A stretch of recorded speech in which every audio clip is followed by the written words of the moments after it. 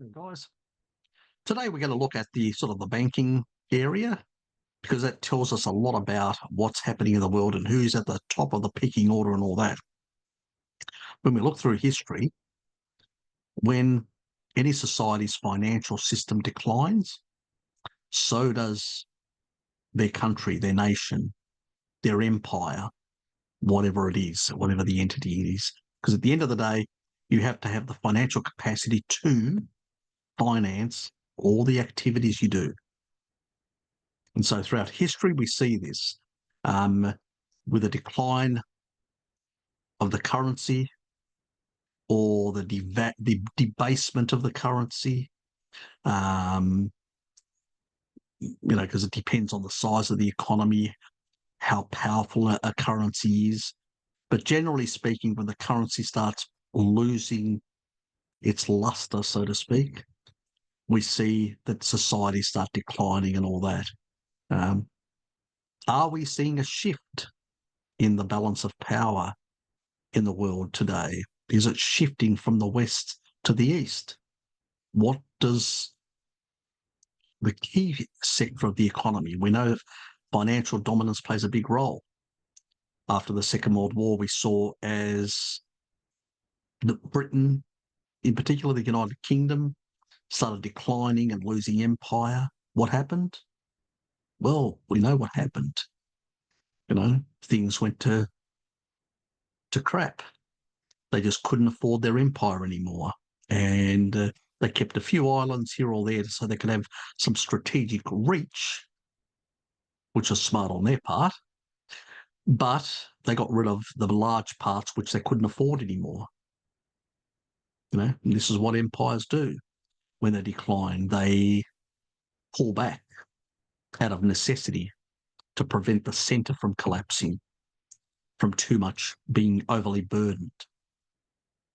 Trump understood this. He sort of understood that that's why he was pressuring the Europeans to increase their, percentage of GDP putting into the defence of the alliance, so the United States could actually redirect some of its own resources and also lower in some areas its responsibility to be able to bring it within a range where they could actually afford it to some extent. And that was even before the current crazy money printing since the COVID sort of era that, things are just on steroids. And we can see this acceleration. Because what happened after, what America is going through is what Britain went through the Second World War, this acceleration in debt. And that acceleration in debt that actually happened due to the war actually had massive ramifications to the British economy and also massive, the ability to maintain empire. The Second World War, entering the Second World War, is what destroyed Britain as an empire.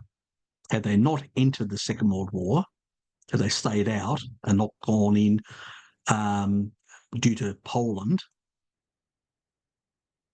there's potentially, it's not clear whether the Germans would have attacked the French or not, because their biggest focus was this was a competition by the National Socialists and the Internationalist Socialists.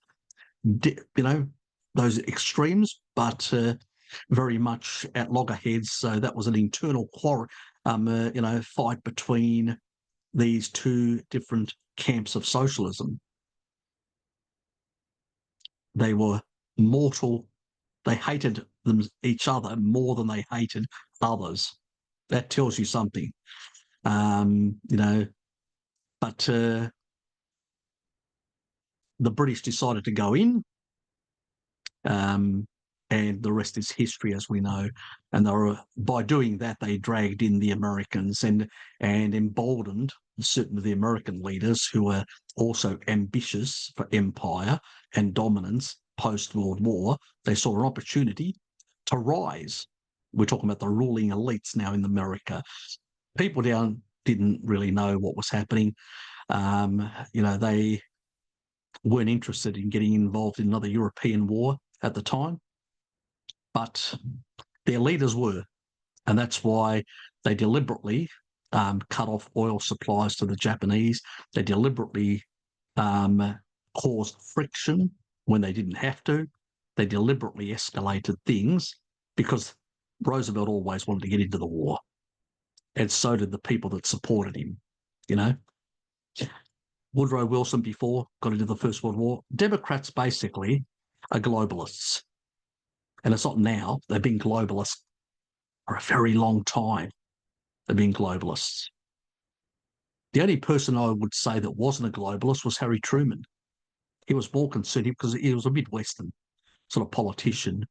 He was put there by Roosevelt in order to be able to pull most of that more the conservative part of the community towards him in the elections because of having Harry Truman as a vice president. So it was more that. But Harry Truman was more traditional. He wasn't a globalist. He wasn't a militarist. You know, even when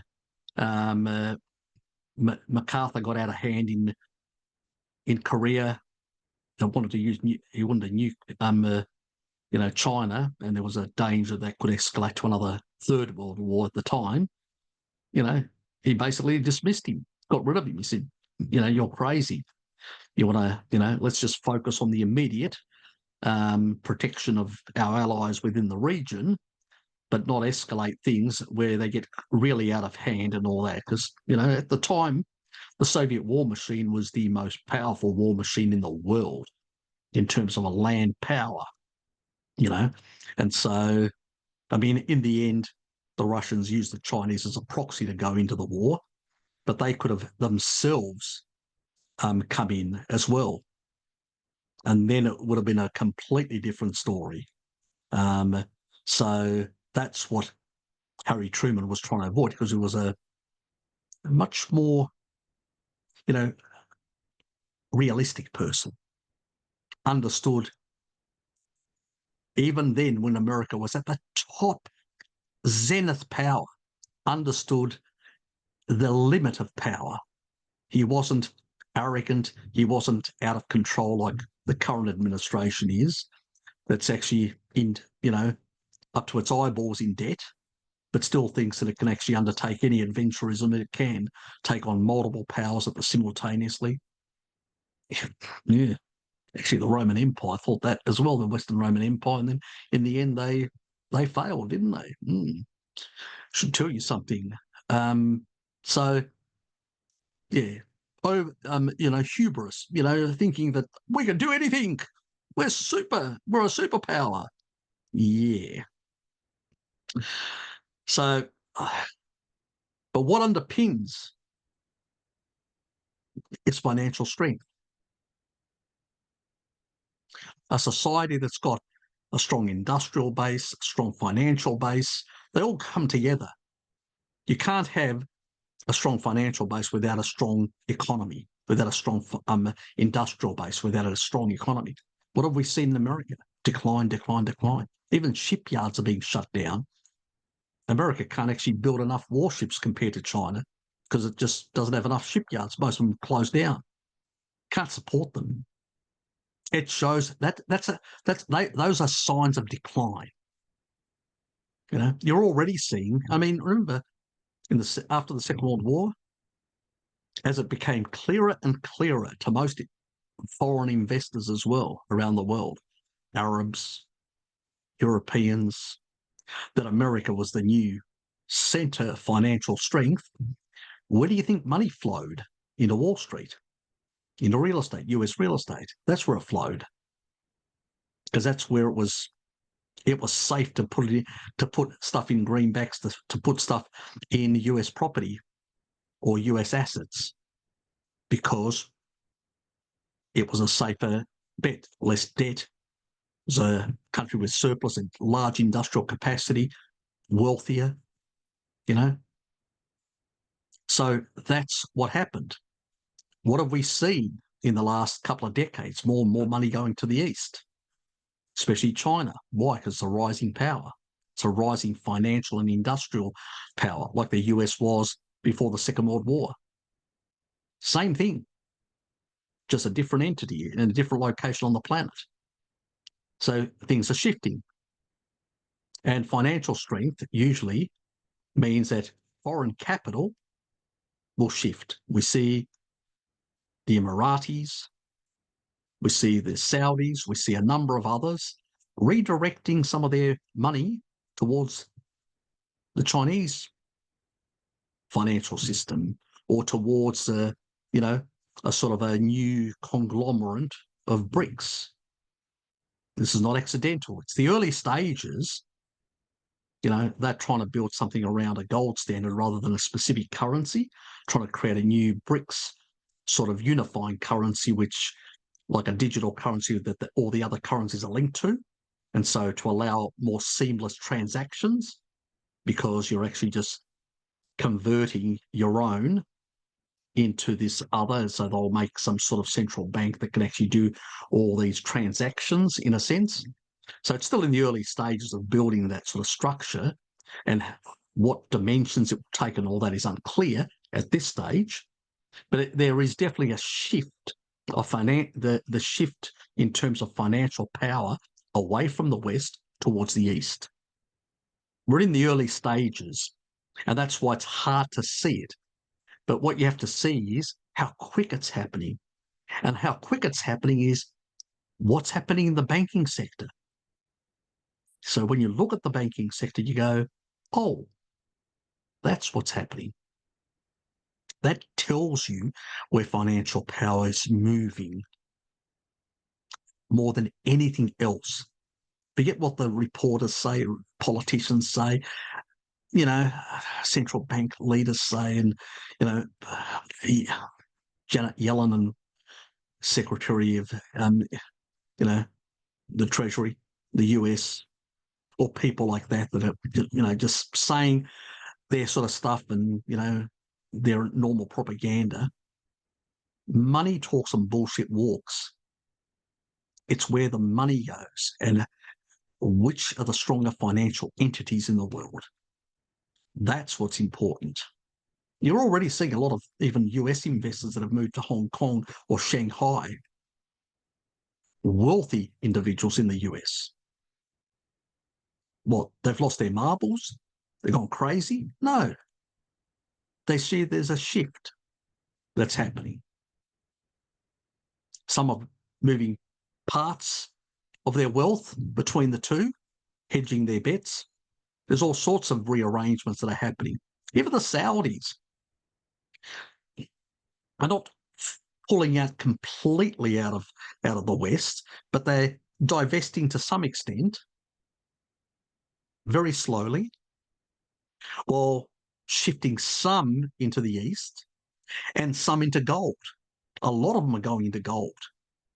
This is very much akin to pre-World War, pre-World War One, back in those sort of days where most currencies were in competition, so gold was more important and people were trying to, accumulate more gold, silver and stuff like that. When you don't have, like after the Second World War, the US was the dominant financial, and so it was very easy to peg the US to gold and then use the US currency as the reserve currency. And it takes a long time sometimes for a currency to transform into a reserve currency. In the past, it was before the tulip explosion happened, it was the Dutch. It's been the British up until the Americans took over. And so there is a whole history of certain dominant currencies and then new currencies that take their place as new powers emerge and take the place of the old powers. And so we should see these shifts. Sometimes they happen more abrupt. Sometimes they happen slower. Like now, because there's no conflict, open conflict, there's more friction, tension, and all that. It's happening slower. But if there was conflict, it could happen faster, could accelerate, depending on the outcomes. So the outcomes of even the Ukraine conflict and all that are going to play a big role. They're going to really set the stage. It either will slow down the decline of the West or accelerate it. So, there's been a lot of money invested on both sides. There's big power play here. Let's put it that way. Now, let me just share my screen.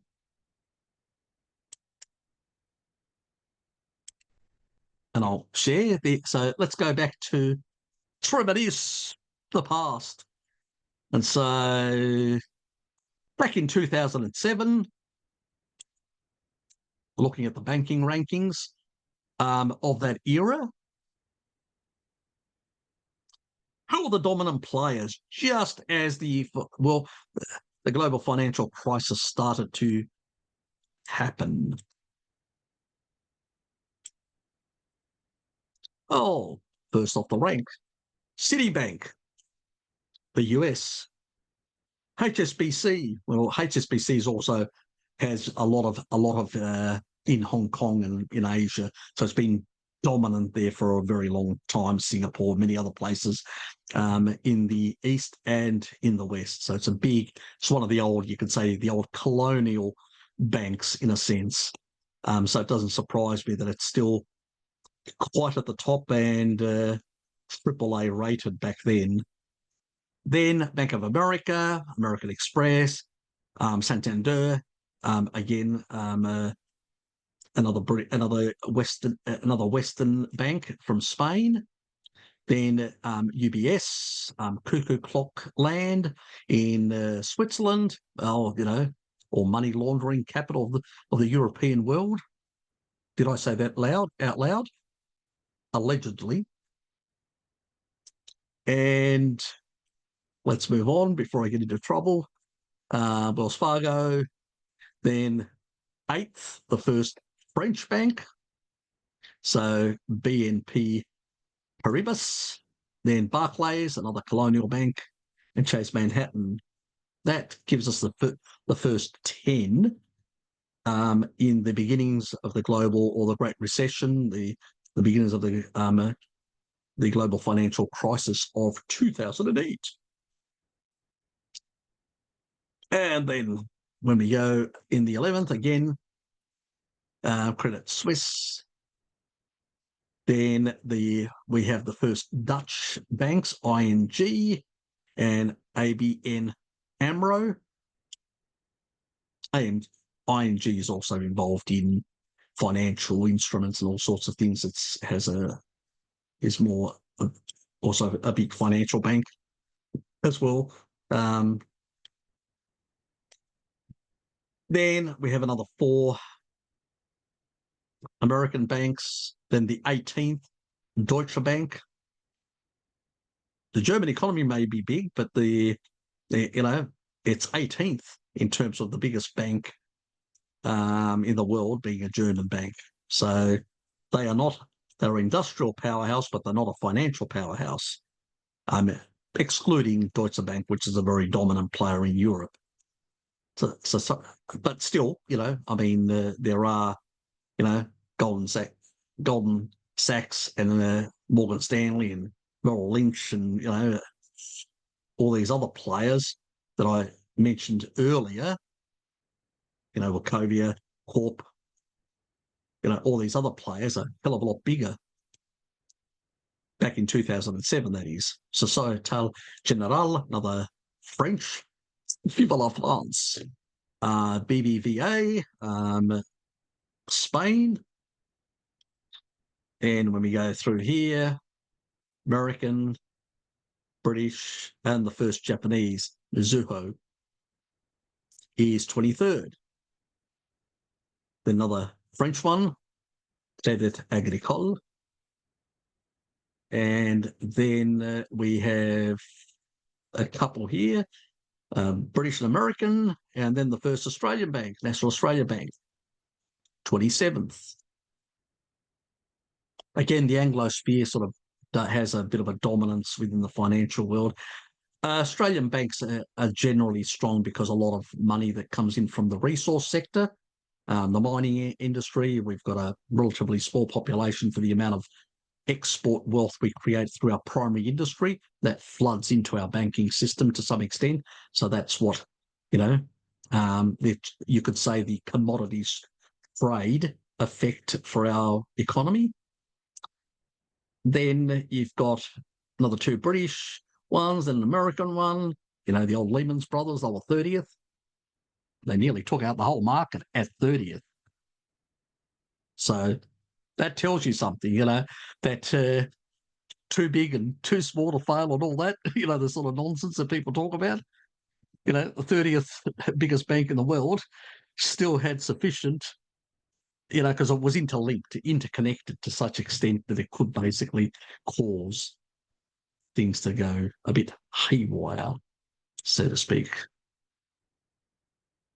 Then Canadian Bank, RBC, then got two British ones, then an American one, and then another two Japanese ones there. It's hard to see with these glasses. That's red. Yep.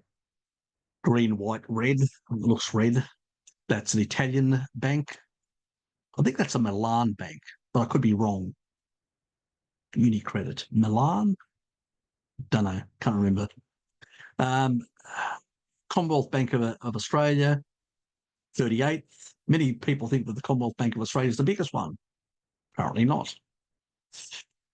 Anyway, then you've got the second German one, another British one, Bank of Scotland. Then we move on, and we're only in the half, and we've pretty got now Fortis from Belgium, another German bank, then another Freddie Bank. Americans know this company involved heavily in real estate and was involved in the 2008 financial crisis, the beginning of the Great Recession. So very well, you Americans. Then ANZ, another Australian bank. It sort of stands for Australian New Zealand Bank because it's sort of an Australasian entity. It's not, but it's headquartered in Australia. Then you've got the Standard Bank of South Africa, 45th, which is the first non-technically, the first African bank in that regard. So, and then you've got pretty much Westpac, and then you've got another one, Nordea, which is Sweden, and then you've got another two banks, then another Italian, Canadian, then another Italian one. We'll just go quickly through these. I just want to show that, bar some, like Bradesco, Banco do Brasil, is another Brazilian. Banco Itaú is another Brazilian one. And then you've got the first Irish ones. That's how I know it, because it's orange, the last colour, rather than red, which is the Italian flag. So Irish, and then another Irish one, then a few more. And the first Russian one, Sberbank, is 60th back then. So you can see that the majority of, even in the first 60, the majority, excluding a couple of Brazilian banks and one African bank, the majority are still primarily, Western banks. They're dominating still in the majority. And then the first Indian bank, the State Bank of India, is 62nd.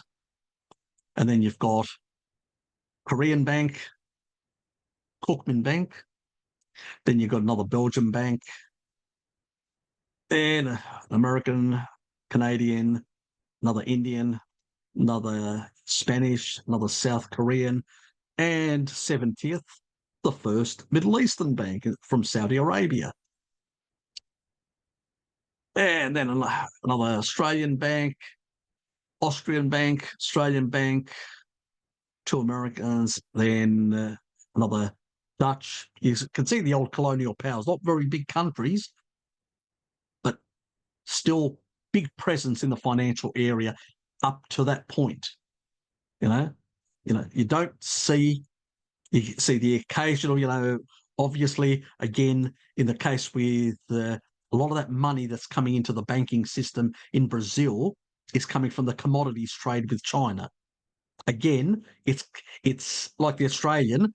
The banks are basically the money that's flowing into the economy is due to their trade with China, not with the West.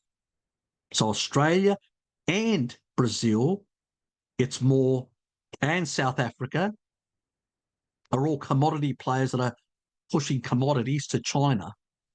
So, so the Western banks, the general finance of the world, but those specific ones, those Brazil, commodity countries, South Africa, Australia or Australasia, is pretty much dominated by banks that are tied in to the primary industry resource exports of primary industry goods.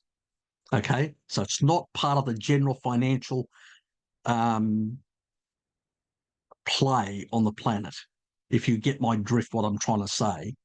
And a lot of these other banks, like Japanese and Korean banks, because of their industrial exports, their companies export a lot and they bring remittance back through their foreign investments and through their foreign sales, and they go into their banking system. And that's, that just shows that they have a surplus in exports like Germany has. That's where it's coming from. So the Germans have a big export orientated economy. So do the Japanese, so do the Koreans. So their banks are primarily from industrial exports. That money's coming into their banking system. But all the others, all the colonial powers and all that, are getting it from debt. They are generating wealth from debt. They're actually, basically, it's more financial instruments that they're making money. You could call it more parasitic in a sense. Okay? So, the parasitic West and its creative financial instruments. Anyway, so that is that. And then we've got another Italian one there that's red. It's very hard to see with these glasses, so I have to sort of look carefully to make sure, but this is obvious. Capi Italia. And then you've got Deutsche Postbank and another Japanese one there, Nomura. Nomura is well known around the world as well, because it's also involved in a bit of investment. It's a bit of an investment bank as well for Japanese wealth class. And here at 86, drum roll, the first Chinese bank in 2007 is Hang Seng Bank. First one, 86th. That should tell you something. But still in 2007, the Chinese in the financial space were nowhere to be seen. Okay? They export a lot of goods, but financially they were still not a dominant player yet. Exporting capital. Very important. That's when you start becoming imperial. You export capital. Okay? Like the financial West does. So, or people are investing into you and building up your banking sector. Anyway, then you've got 87th, Danske Bank, and this one is from, oh God,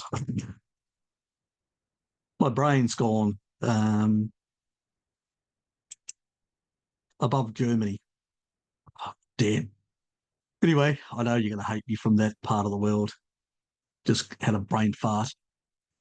United Overseas, which is the first Singaporean, then another Italian one, and then Denmark. Sorry, Denmark. Oh. Oh, God. Awful. Oh, you're 87th. It's bad for a small country. Doing very well at that stage. Then the first Malaysian one, 91. Then another Canadian, another Singaporean one, another American one, another Italian one. Then we go on to another Saudi one, then another Japanese, Saudi, Japanese, and then a Turkish one. So that's the top 100 in 2007. And the Turkish one was coming in from a lot of exports because a lot of Europeans invested into Turkey to produce. It was like the little China, invested a lot. And that's where the boom came. It wasn't anything that Erdogan did. It was more that he exploited politically, and he actually shot himself in the foot by undermining that investment by becoming rapidly revisionist and, thought himself that he was going to take over the region.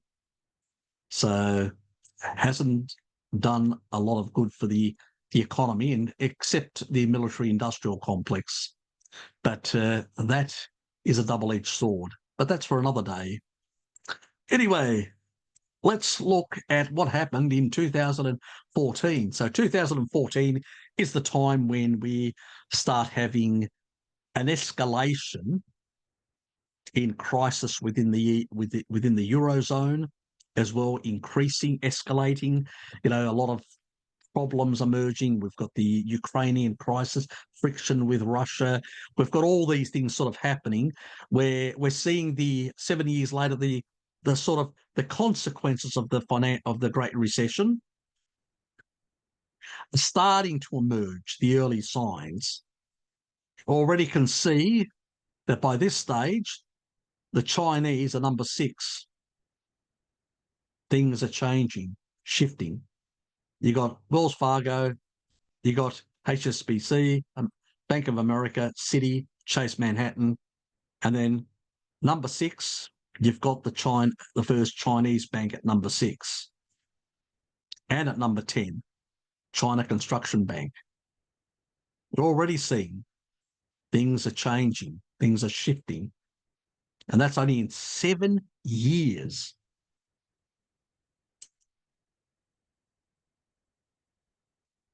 "11, Agricultural Bank of China. 13, Bank of China." So you can see things are shifting.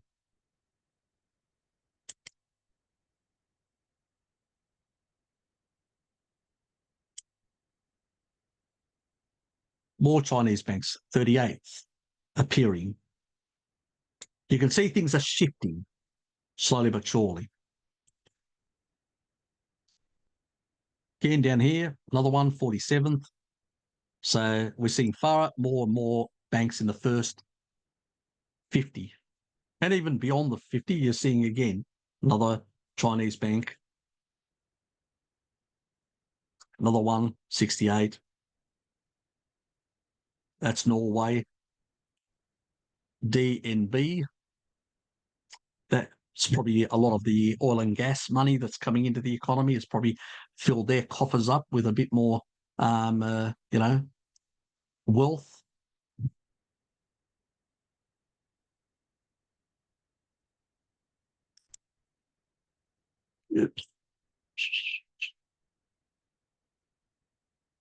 Another 78th, another Chinese bank. So you're starting to see more and more Chinese banks in the first 100. There's another one.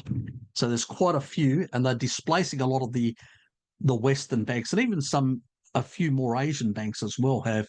Some have moved up the pecking order, some have gone down a bit. They were, this was 89th. The Singaporean one went down. So you can see in comparison from before in that regard. But as you can see, that Chinese one was 110th, went to 98. So they've got other ones here, but I'm not going to go through all those. But I'll come back with the first 100 and we'll look. There's another one gone up from 102 to 89th. That one's gone down, but not by much, very little. Again, that one's only gone tiny. That's definitely gone up. Another one that's gone up. Another one there that's gone up. And that's from, we're talking about the previous years from 2013.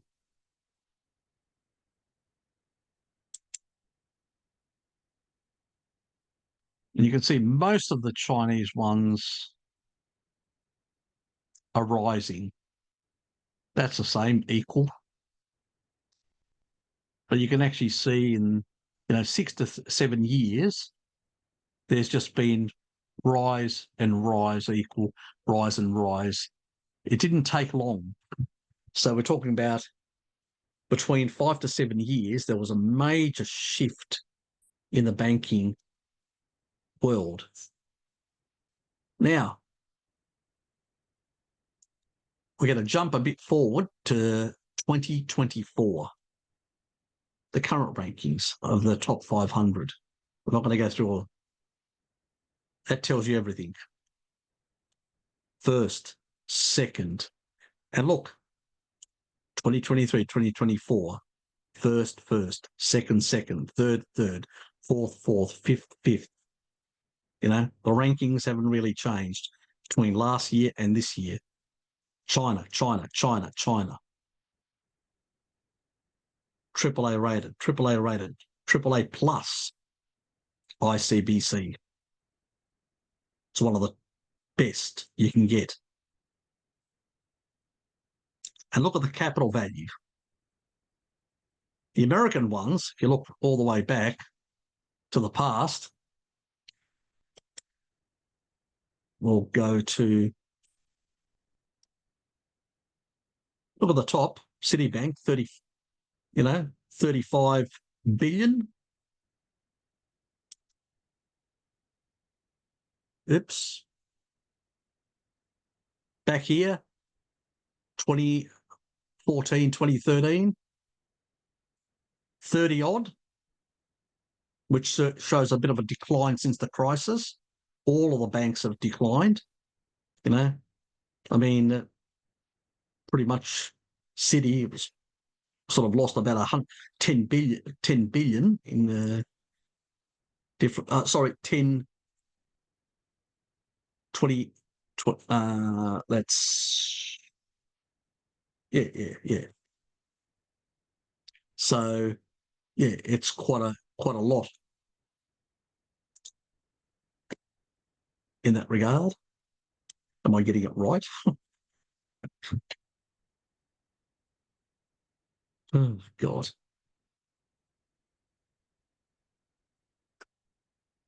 Yeah, exactly. Billion. Yeah.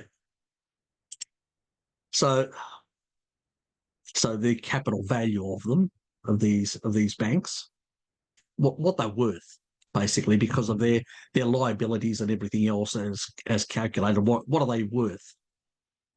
So you can see the back here, only 22 billion, which was ICBC. And when we look currently,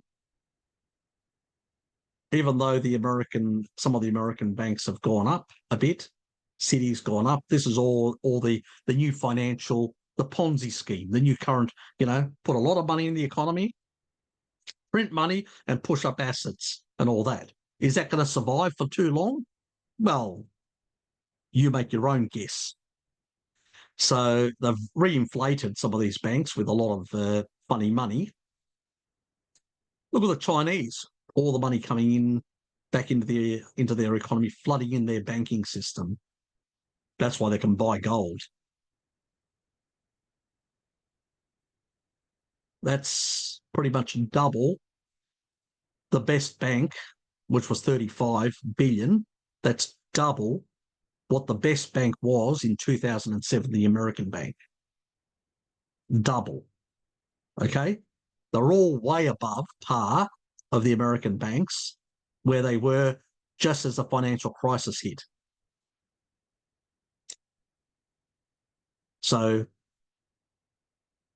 you can see there's a massive difference how far wealthier these banks are. It's only the 10th bank, which is also equal between the other year. They haven't gone down, you know. JP Morgan went down a bit. Chase went up a bit. Citi went up a bit, not much. And these other, and Bank of America more or less stayed the same, and so did Wells Fargo. So Wells Fargo, same. Bank of America, and it's just the other ones that have gone up or down a bit.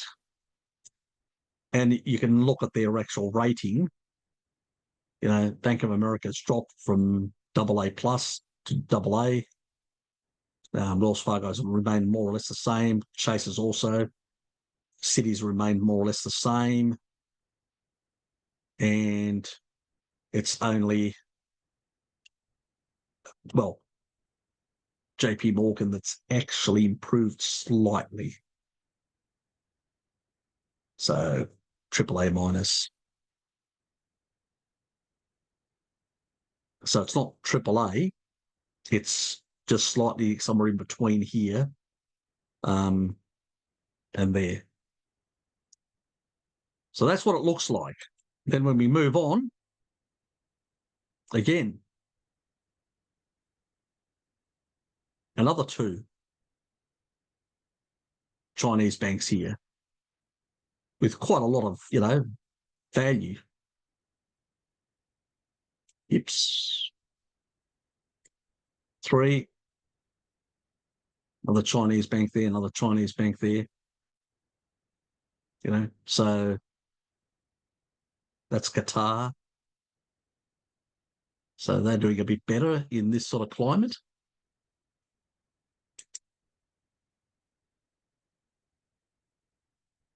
So another Italian one. There's another Chinese one. We'll just go up to the 100.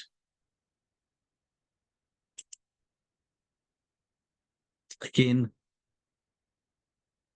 more Chinese ones.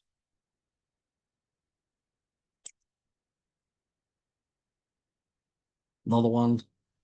They haven't actually shifted too much, these ones. They were non-existent back in 2014. And in 10 years, there's been a complete shift, massive shift. There again, there's more, you know, that's United Arab Emirates.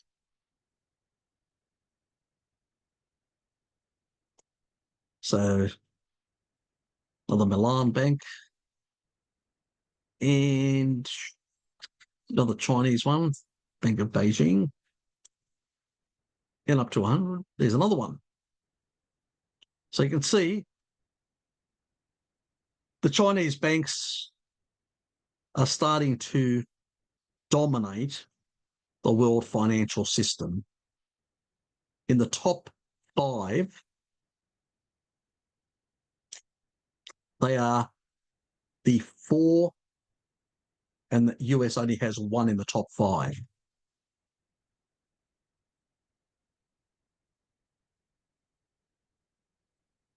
And in the top 10, they're equal with the US.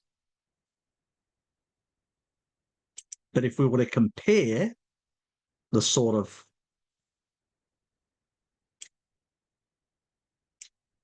the two,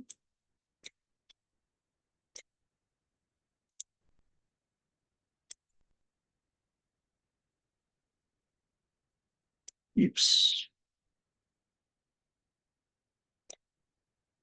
So we'll do the Chinese first.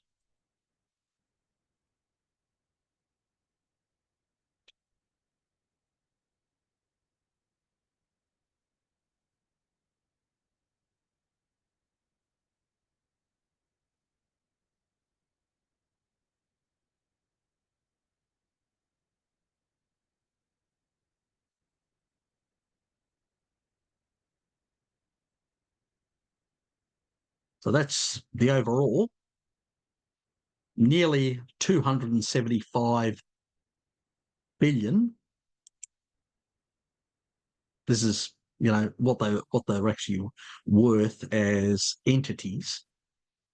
And now we'll do the American ones.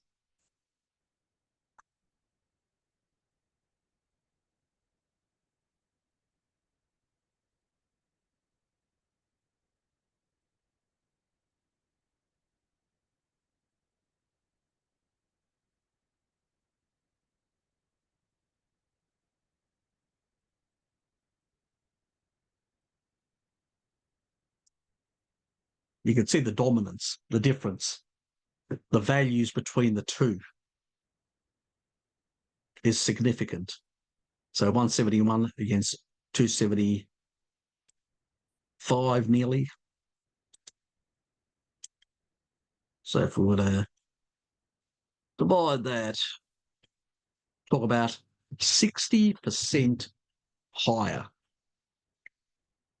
is the value, or, what they're valued on sort of an international basis. Out of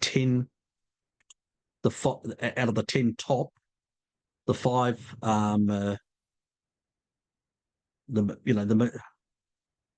an overall, we're talking about 60% difference within the top 10 between the two countries. It's showing a clear shift from the West to the East. We're still in the early days, in the early stages of that shift of financial power.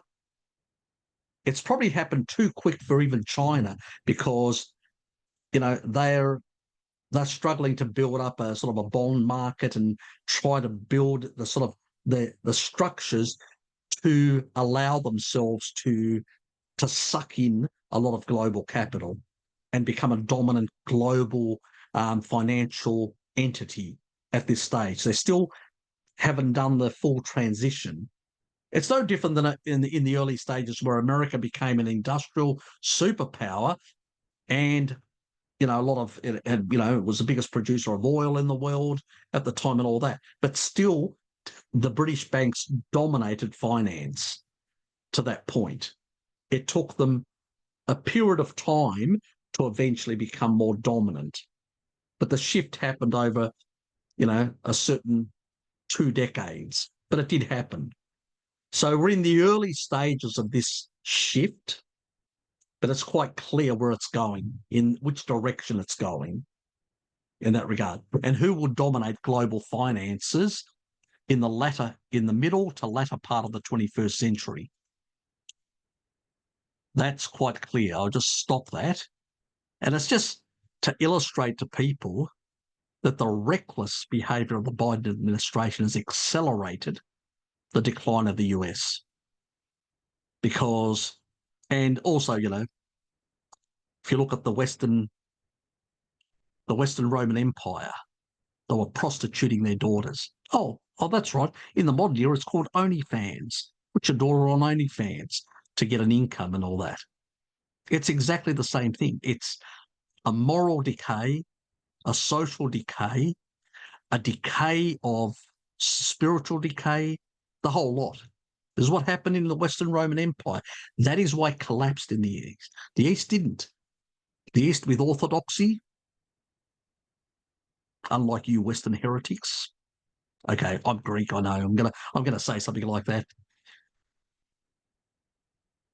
That, guided by strong Christian values, and obviously that affects the society, was less corrupt, stuff like that. When you lose those values, things become more unhinged, more corrupt.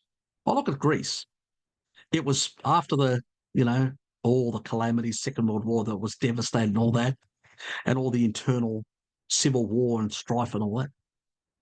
It started booming through the 70s and 80s and 90s, it started growing and all that. The problem is, as we moved along, the system became more corrupt. The political class became more corrupt, in a general sense. Started looking after certain families and, their interests. And that's when things went off the rails. Because before even Greece got into the Eurozone, it had one of the better debt to GDPs.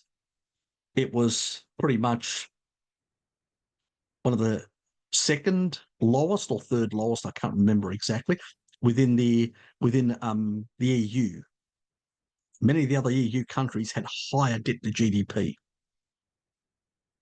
But the problem is, as they moved closer and closer to adopting the euro through that period, what happened was, because people realised that this would, certain capital left, went to the Balkans, went to Turkey, went to other places, invested. And so Greece started, even before they got into the euro, started seeing a decline. Real estate, tourism and other things were booming, and money coming in from Europe also, part of all those programs, was also masking the underlying deterioration in the current account, in the balance of trade, because Greece was being deindustrialized like most of the West. And because it was going to adopt a new currency, that was accelerating. It was too expensive to be competitive for their light industry. And that's why you saw a lot of that industry just vanish. And most of the industrial workforce, like in the Midwest in America, pretty much was on the scrap heap. And so the rest of it was all this inflated assets because it got into the Eurozone. But it was based on debt. It was a debt-driven growth from then on until the crisis of 2008. Had they stayed with a more competitive currency and kept their industries and kept on building their economic capacity, they would have been better off. They would have boomed just like the Eastern European countries that remained within their own currencies and grew more, and probably would have grown even more than them, because they had certain comparative advantages and economic advantages, which they destroyed by going to a more expensive currency, to a currency which was higher valued, and killed off their competitiveness. So, but the ruling classes, they wanted, because they're corrupt, they wanted to increase the asset value of the things that they owned, so they could be, in terms of euros, they could be wealthier.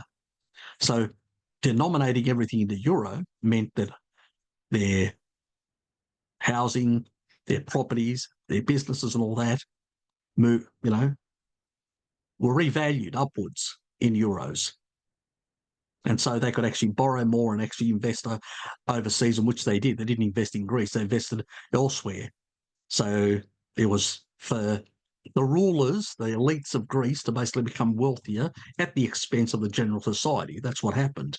And that's what happens. That's why the Eurozone was even set up in the way it was set up, to facilitate not the easy trade between countries, but to facilitate the dominance of certain elites. And they collaborate amongst themselves, and they just pretty much, that's what they do to their populations, all of them. And you can see it. Germans have been, their standard of living is declining, just as Greeks, just as Italians, just as French people, everyone. Europe was supposed to be a sort of a common market where people could trade and do better. And also we could actually develop the continent in a more peaceful way. But by integrating ourselves without a federation, and this is the whole thing, it's a different thing like America or Australia, which is a federation, got a single currency, but all the states, there is, it's set up in a way where they come up to a similar level and they're able to compete. When you've got separate states with separate financial systems, financial policies, everything different, there are too many structural differences. And that's really what destroyed. And Mitterrand thought, well, I'm going to force the Germans into the Eurozone so they wouldn't become a dominant player, because that's what he was thinking, post-Cold War. If you want a united Germany, we'll sign off it as long as you join the Eurozone. And when people pointed out to him that, that could precipitate a crisis, and without a fiscal union, it couldn't be solved without impoverishing or destroying the union. And he said, oh, the crisis will force them together. Well, it hasn't. It's forced them apart, because people usually respond in that way with a crisis. They want to blame someone, and it usually forces people apart, not together. So it was a very bad design from the beginning, and it created a lot of, you know, imbalances within the whole Eurozone. So that's also precipitated a lot of problems, economic problems that didn't need to be, because the general debt to GDP for the whole Eurozone is way lower than what the US is. But because the way it's distributed creates weak points within the union. Remember, 70% of exports from Germany go to the Eurozone. So if the South isn't doing so well and buying the goods from Germany, it's not good for the Northerners either. So the whole setup is problematic. If you're going to a currency union, you need to go to a federation, whether you like it or not. If you don't want a federation, then the next best thing is sort of a confederation. If you're not going to have even that, then you can't go to a single currency. It creates too many problems. You can create some sort of European sort of entity where it allows people to transact by fixing, to a certain type of euro digital or whatever currency, some sort of entity which all the other currencies linked to at a certain value, which can be adjusted slightly based on the situation, and that would allow to alleviate where you can devalue slightly or revalue depending on where your economy is, and you can have an independent authority that does that adjustment, so politicians don't do it, so they do it on sound economic basis. So that could have been a different model. That could have been, so you could still transact without having too much, currency sort of movements and fluctuations, which are problems to try and work out trade. So there were other models that could have been used. There's a lot of different methods could have been used, but they weren't, and sort of created the problems that they created. But anyway, that wasn't the purpose of this video, to talk about the Eurozone. That's for another day to go in deep about it. But you can actually see that there is a shift away from the West.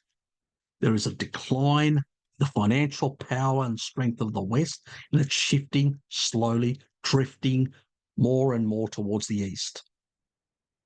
And this is why even the South Koreans, the Japanese, a lot of the financial entities talk with the Chinese. It's not accidental, because they can see the shift, they can smell the shift happening. And so they are very much aware of the situation and very much trying to, you could say, manage their own relationships with East and West, because they are Western allies, but they East and West in terms of, so the ramifications aren't bad for their own economy, because they're accountable to their own electorates. You have to remember. And so if they really stuff it up, and that's why they've got one shoe in, to some extent, in both financial camps, it's not accidental. So even when they're talking about, when the Chinese were dumping some US, getting rid of US treasuries and sort of moving into gold, there was a bit of talk between the Japanese, and they were doing a bit the same as well, slowly but slower, so they wouldn't upset the Americans. So, they, in the end, countries will look at their own long-term interests, and they may make steps that could upset friends and allies and whatever else. And that's always happened. So people need to be, shouldn't be offended or annoyed. This is what happens. If you don't want people to shift away and drift away from you, get your house in order. If your house is not in order, it's going to upset people, I don't, even with the Euro crisis, I think it could be, I criticised Germany the way it managed the Euro crisis from a German centric and didn't think about the whole ramifications. That's for a future. But that doesn't excuse what the Greeks did, where they really messed up. And they had the ability to develop their gas resources and all that and not go woke and create financial capacity to basically not only pay their debts and lower the debt to GDP, but actually create a new source of wealth that could actually improve the economics and help the Eurozone as well, because it would have meant that it would have kept the money inside the Eurozone.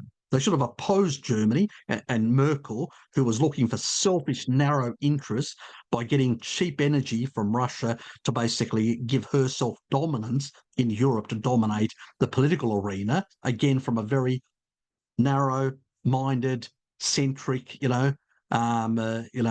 Germany type approach, which has actually backfired on them completely now, and it's made a mess. This is Merkel's mess. And the current people that are involved are even just as bad. They got no solution. They're just making things, exacerbating the problem that Merkel started. There's your problem in Europe and in as far as Germany goes. Where if Germany had actually been wiser, they would have said, why should we be dependent on Russia? Greece, Cyprus, they're in the Eurozone.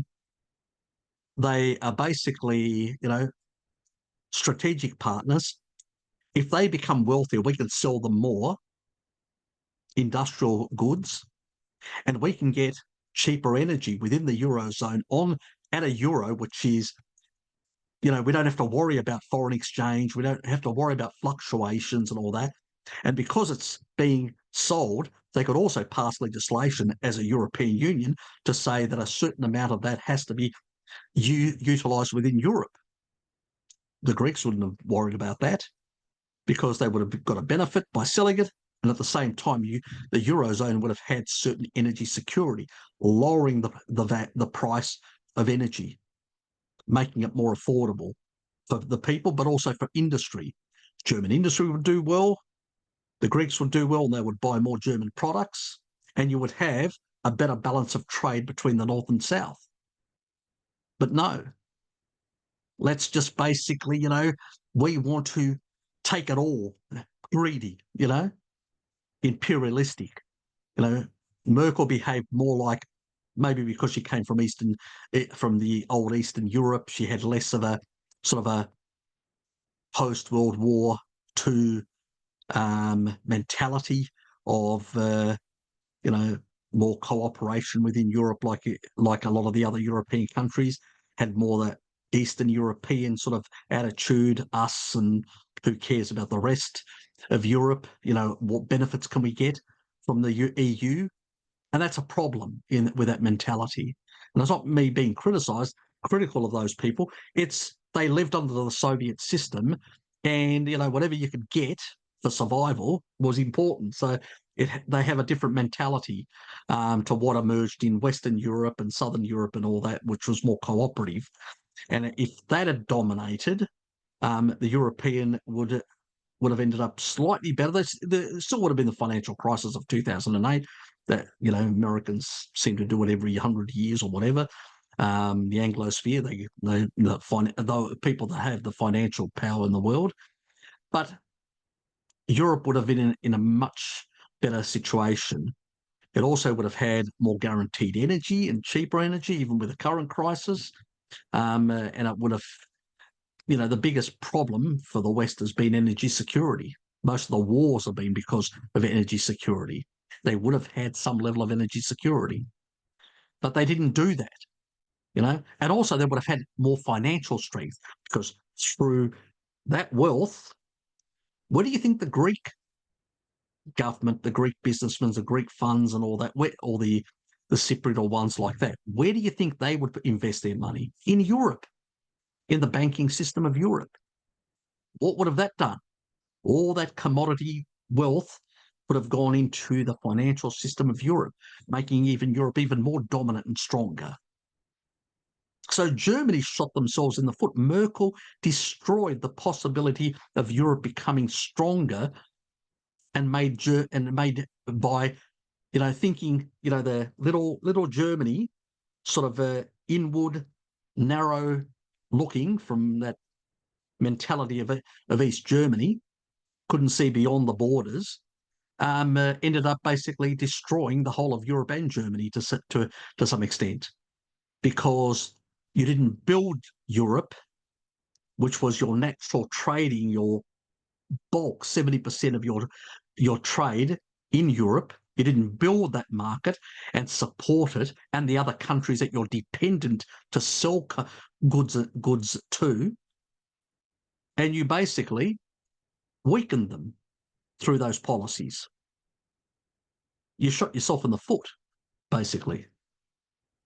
And so the South, yeah, I know Greece politicians were, but if there was a united effort to develop those resources, Greeks would have, they wouldn't have gone against. They're pretty much whatever Germany says. Most of our politicians just rubber stamp.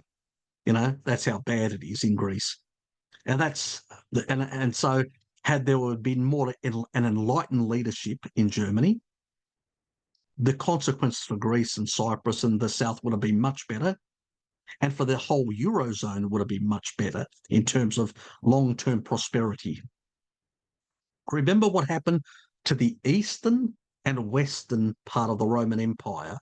One collapsed, the other one had a stronger moral foundation, less corruption, better organisation, and more cohesiveness, survived.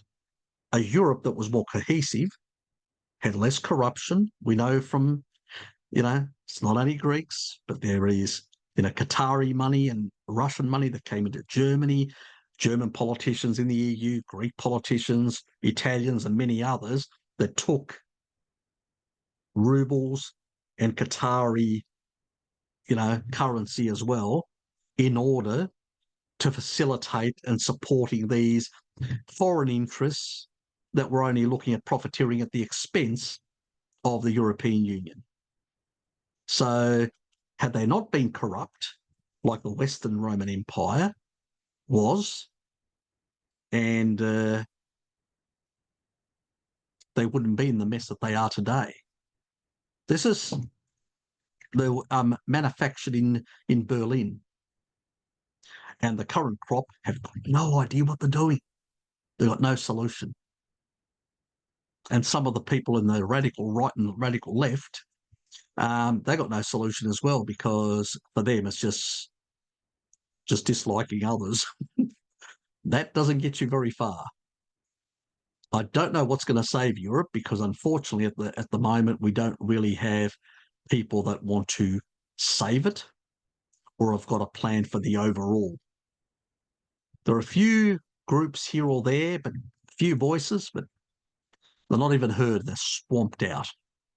And so, yeah, that's a very complicated mess that needs to be changed. But that's for another day to discuss, go into Europe and what they could do, the solutions that they could do to save themselves. I will do a video on that at some stage. But this was just to basically illustrate what is happening, because the West, to some extent, because its wokeness and behaviour is declining. Corruption, nepotism, all these things that are happening in the West, the wokeness, the funny money from the donor class of these wealthy families that just are controlling and making a mess of everything because they've got their own crazy Fabian socialist ideas of the world, and through the World Economic Forum and all these different entities. And pretty much the East is exploiting that, is supporting that. They're not doing that sort of stuff, but they're actually supporting these entities. Why do you think so? What, because they love the West? They love these organisations? No, because these organisations, the Soros Foundation, the World Economic Forum, all that, what they are is they are a fifth column to bring about the decline of the West. That's what they are. They're a fifth column. Most of these people hate the West. They think the West is bad. and the eastward wind. That's what they are, really. You know? And that's how we have to see them.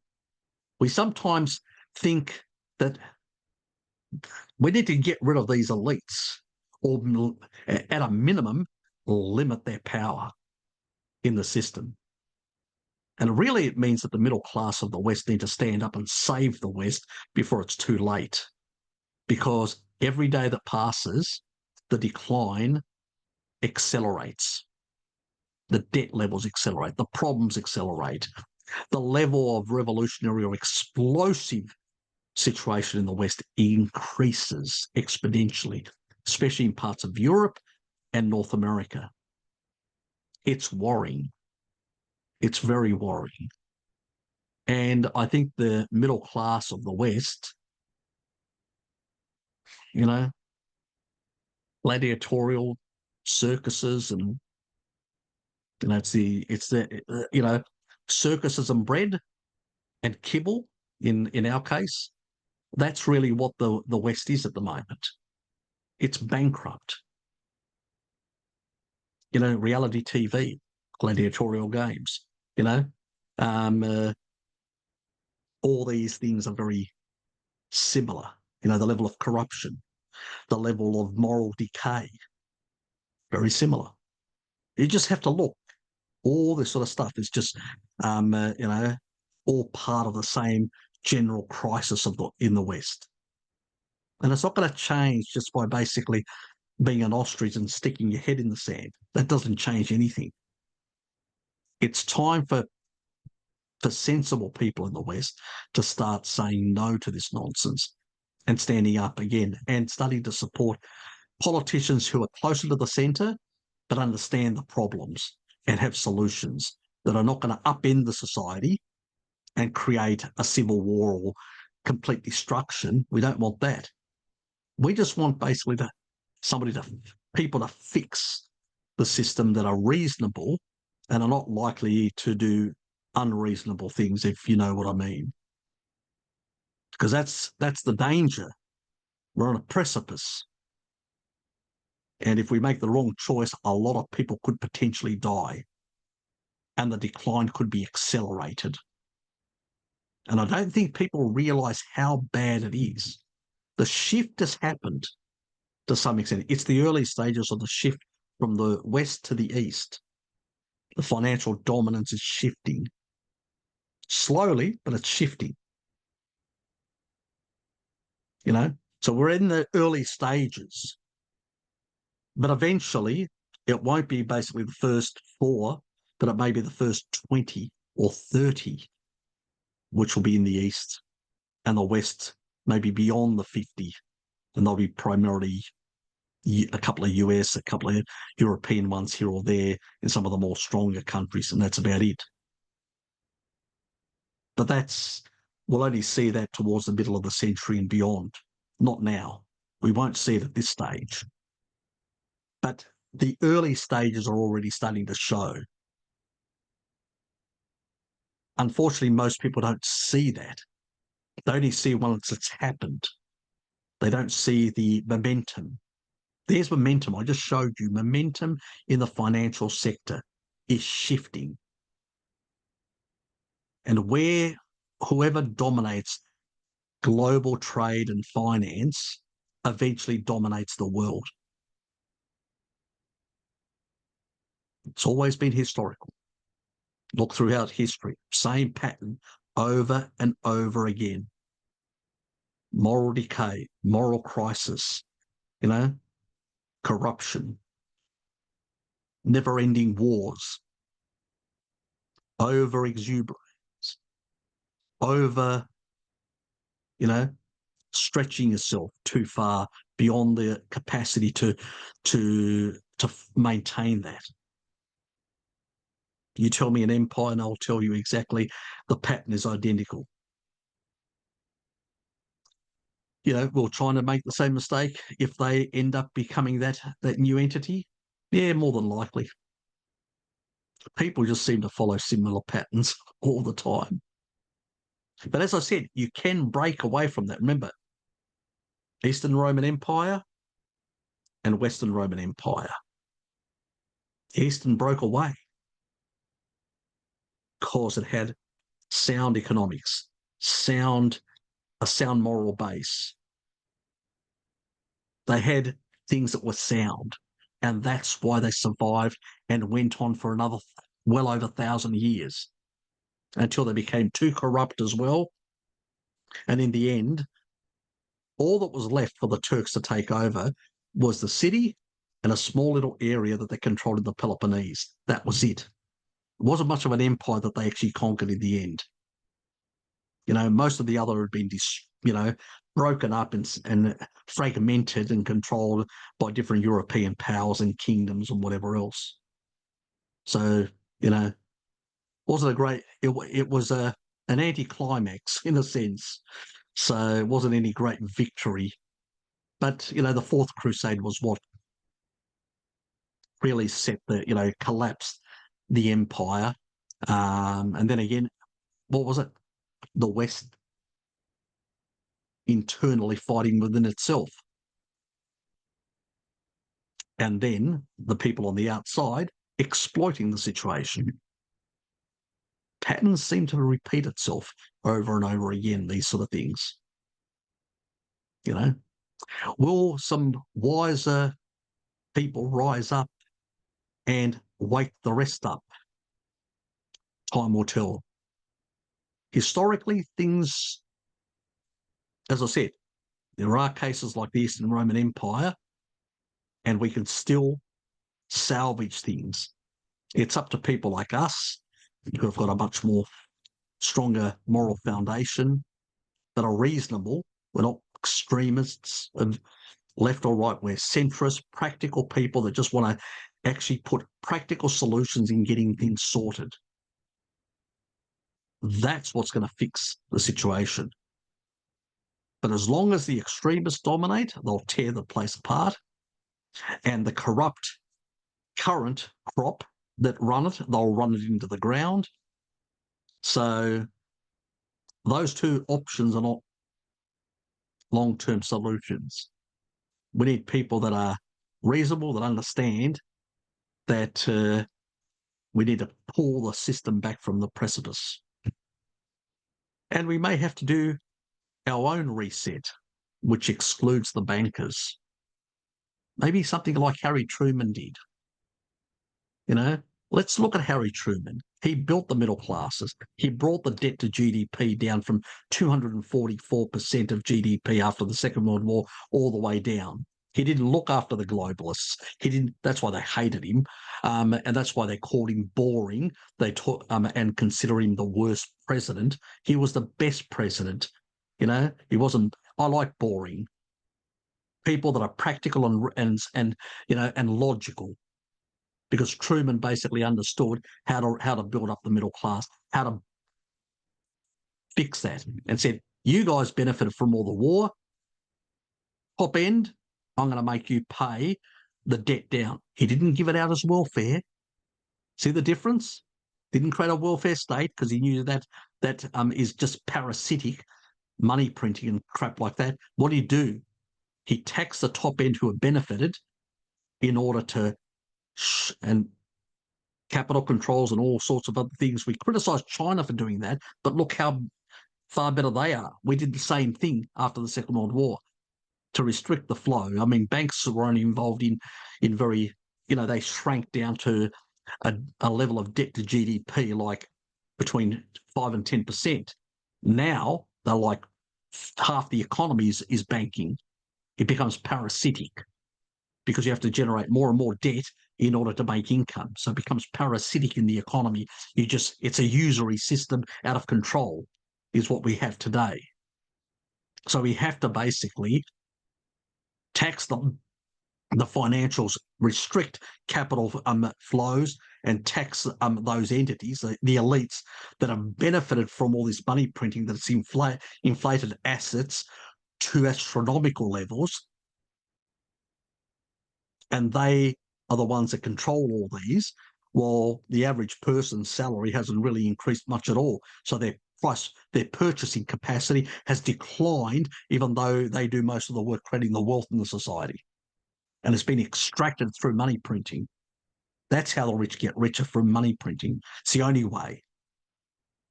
If you have real money, you can't. You have to create industrial goods and services and stuff like that, things that people want to purchase in order to make a profit.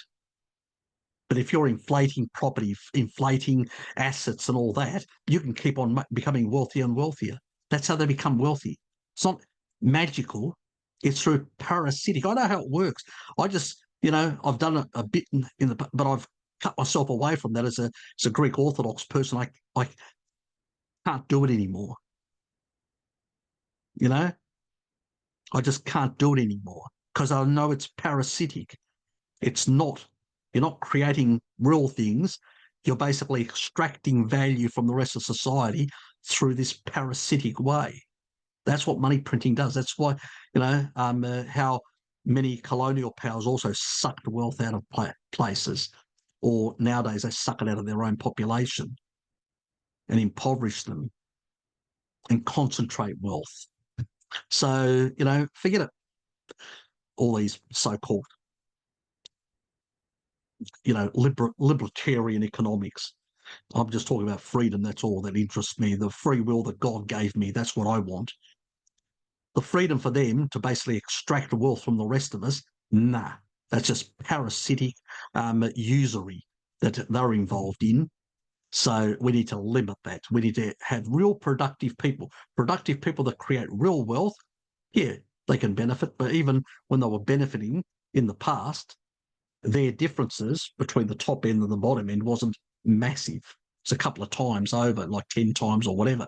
Now it's thousands of times because of the money printing machine. That's how they become extraordinary wealthy. And unless you're prepared to basically play that game and become a parasitic entity, anybody can become wealthy if they basically throw their moral compass away and actually do that. You become, because this society tells you this is how you do it. Just leverage and keep on leveraging, and that's how people have been doing it. Sometimes they can get caught out if they leverage too much at the wrong time, but generally speaking, this is how it works in today's world, or in the sort of corrupt today's world. Harry Truman's world, no, that didn't happen. Reined in all the wealth, all the debt from the people that benefited and reduced the money supply, brought it back to a reasonable level in terms of debt to GDP. And guess what? That industrial worker, their pay had more buying power. That's what brought about the consumer revolution, because people could afford things that were being produced, that they produced in many cases, because their money was worth something. It wasn't devalued from money printing. It was worth. They worked, they did an honest day's work, and they had enough money to be able to buy with 3 years of wages to buy a home. So they could afford to buy one home, possibly a second or third for their kids. They could do that sort of stuff. Why? Because their money had more purchasing power. Got it? But when you take away the purchasing power and shift the value to the assets that only certain people own, you can see how this can shift. Because the more money printing you do, there's more money chasing less assets. What's going to happen? Supply and demand. Those assets are going to go up. The houses are going to go up. The companies are going to go up. The banks are going to go up. All their valuations gone up, and they'll give themselves bonuses. Didn't do anything. Keep on money printing, Fed, because I can get another bonus, a bigger bonus, because I'm making more and more profit. It's a Ponzi scheme. Okay? But what is that Ponzi scheme doing? Who is it extracting wealth from? The people that create it. Not the people that manipulate paper, the people that actually create, that go and work 9 to 5 and actually produce the goods and services that are basically sold and traded. The food, the steel, all these sort of stuff, the cars or whatever. But the parasitic bankers, are able to just build up their Ponzi scheme.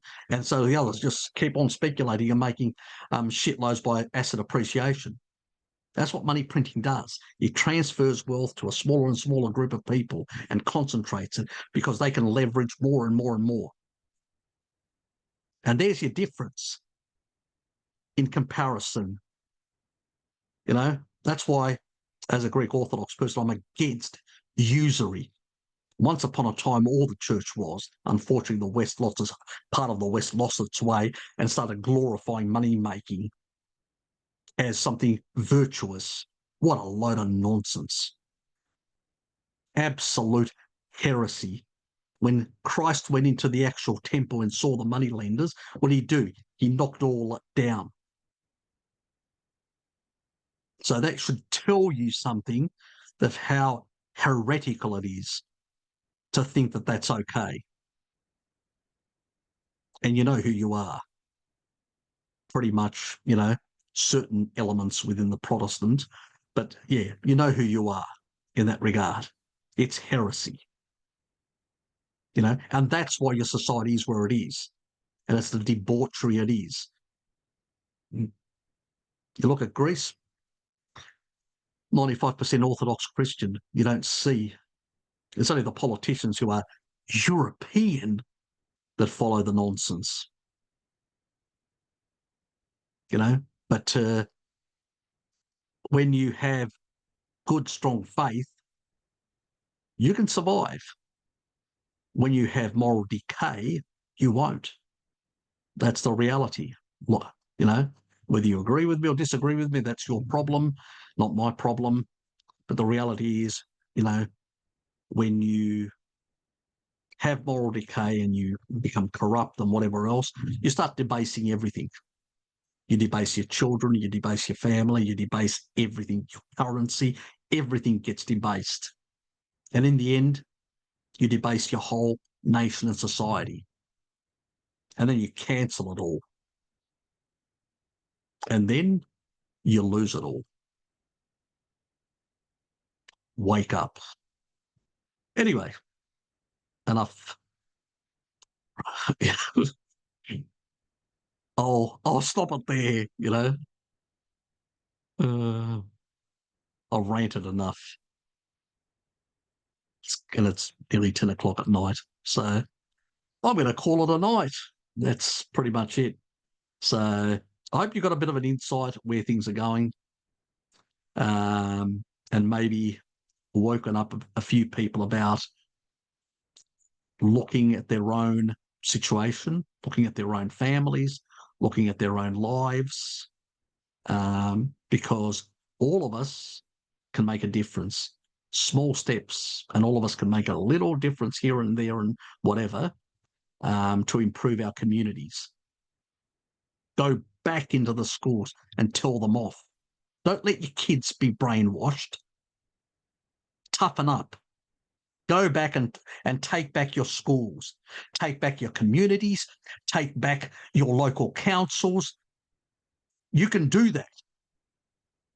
If you take out the local stuff and change it and direct it, guess what? You'll be able to send different people to Congress, to the Senate, to the parliaments of the world. That's what you'll be able to do because you've taken over your community and you've shifted it. And you basically isolated the radicals who've got no solution. It's just rhetoric. Yep. That's all they do. Take back your communities. Take back your societies. Small steps. The more of us that do it, go in there and challenge these people and take away their power, which we gave them because of our laziness and because not wanting to be involved, and we allow the radicals to take over our society and make a mess of it, who's to blame? All of us are.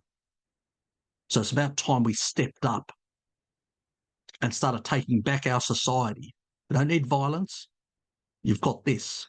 Use it, and use it in a smart way, and start supporting people that are good, that have got a good moral foundation to get into those senior positions, that are not going to be corrupted by the donor money of the Soros, the Bill Gates, the Larry Finn, these sort of people. That's what you need to do to get back your society and to prevent things getting worse. Small steps. They start at the local level, and you can transform the national level. That's how the radicals do it. They take over the universities. They take over, different entities at the local level, and then that amplifies towards the centre. We can do the same. We can defeat them at the local level and then amplify a different message to the centre.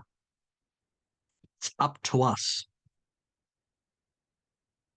Get off your couches and start basically campaigning against these people.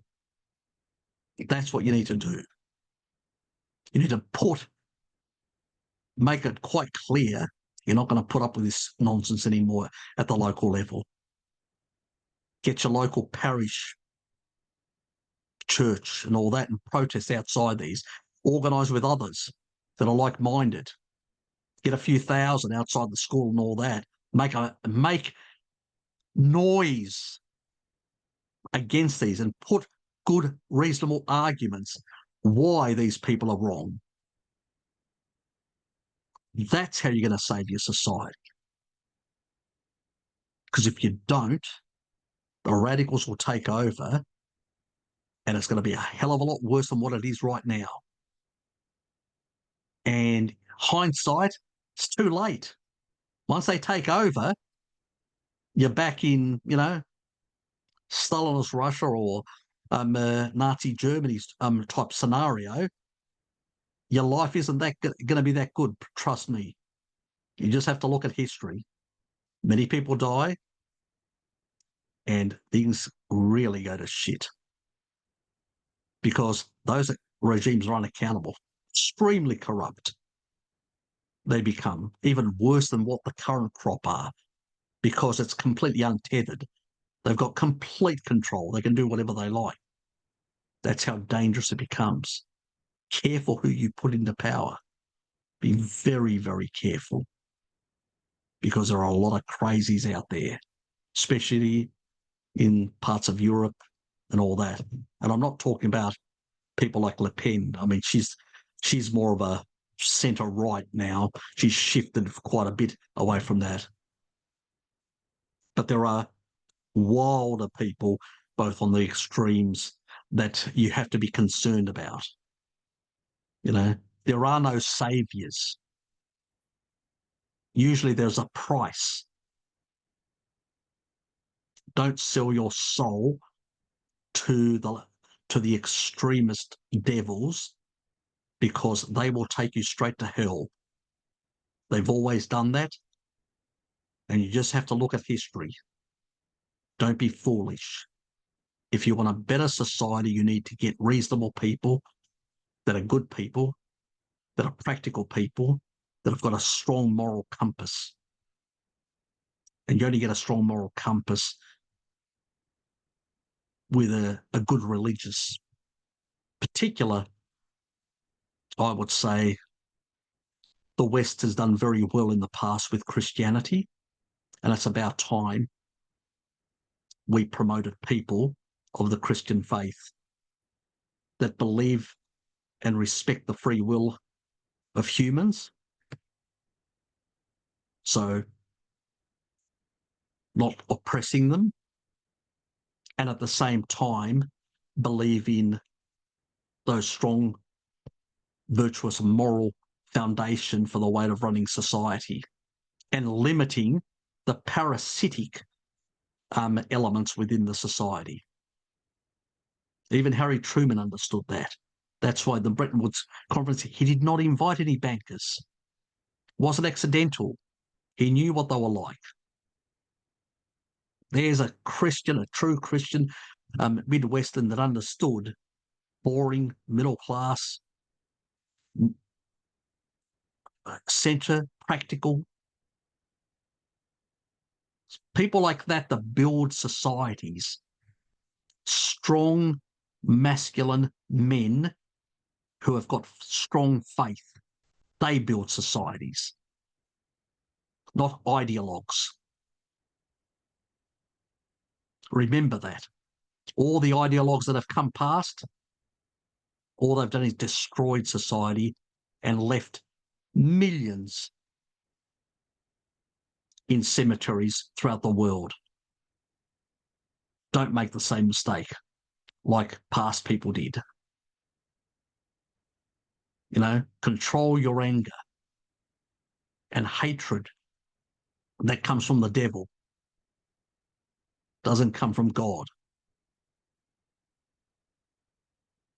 So be careful who you actually support, is what I'm saying. And be very careful the sort of messages that you actually listen to. Because some of the sirens out there are very devilish. And their solutions are even more devilish and dangerous. So keep that in mind. Remember the past so we don't repeat it again. Anyway, this has gone on for long enough, me ranting. Hope you got something out of it and you'll realise what is happening and the shift that is happening, the global shift, and what we need to do at the local level to save our societies. And that also goes for even societies outside the natural West. There are societies in Africa, societies in Asia and elsewhere that are not doing so well as well, which aren't the dominant players. And even countries that are some of the dominant players, some of the stuff that actually their leaders are doing are pushing their society towards conflict, which isn't a good thing either. So all of us as humans need to wake up to ourselves and realise that, we need to be very mindful who we allow to lead us. Anyway, I'll leave you with that thought. See yous.